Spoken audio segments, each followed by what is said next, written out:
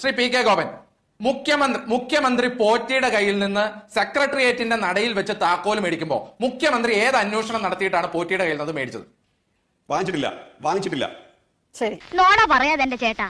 ഈ ചിത്രം ഞാൻ കാണിച്ചതിന്റെ പേരിൽ എനിക്കെതിരെ ഒരു മാനനഷ്ടത്തിന് കേസ് കൊടുക്കാവോ? മുഖ്യമന്ത്രി ഈ താക്കോൽ മേടിക്കുന്നത് ആരുടെ കയ്യിൽ നിന്നാണ്?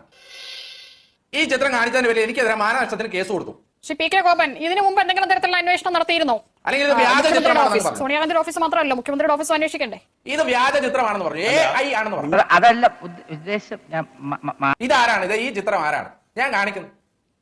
ഞാൻ അതല്ലേ പറഞ്ഞത്, അവിടെ ആ താക്കോല് കൊടുക്കുന്നത് ഭീമ ജ്വല്ലറിയുടെ PR ടീമിൽപ്പെട്ടവരാണ് ആ താക്കോല് കൊടുക്കുന്നത്. അതിന്റെ നടുക്ക് കയറി നിൽക്കുകയാണ് ഉണ്ണികൃഷ്ണൻ പോറ്റി. ഉണ്ണികൃഷ്ണൻ പോറ്റി മുഖ്യമന്ത്രിയുടെ പെർമിഷൻ വാങ്ങിച്ചിട്ടില്ല.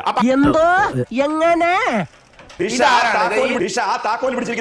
വനിതയോട് നിൽക്കട്ടെ ശ്രീ ഗോപൻ. എന്റെ ചോദ്യം, മുഖ്യമന്ത്രിയുടെ ഇത്രയും തൊട്ടടുത്ത് ഇങ്ങനെ ക്രിമിനൽ പശ്ചാത്തലം ഒരാൾക്ക് പോയി നിൽക്കാൻ കഴിയുമോ? ശ്രീ ഗോപൻ, മുഖ്യമന്ത്രിയുടെ തൊട്ടടുത്ത് അങ്ങനെ പോയി നിൽക്കാൻ കഴിയുമോ? ചിത്രം എടുക്കാൻ വേണ്ടി ആർക്കും, കേരളത്തിലെ മുഖ്യമന്ത്രിയുടെ അടുത്ത് ചിത്രം എടുക്കാൻ വേണ്ടി ആർക്കും അങ്ങനെ പോയി നിൽക്കാൻ പറ്റുമോ?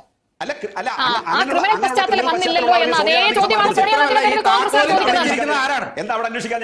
ക്രിമിനൽ പശ്ചാത്തലമുള്ളപ്പോഴാണോ സോണിയാഗാന്ധി സോണിയയുടെ മുമ്പിൽ പെർമിഷൻ എടുത്തിട്ടാണ്.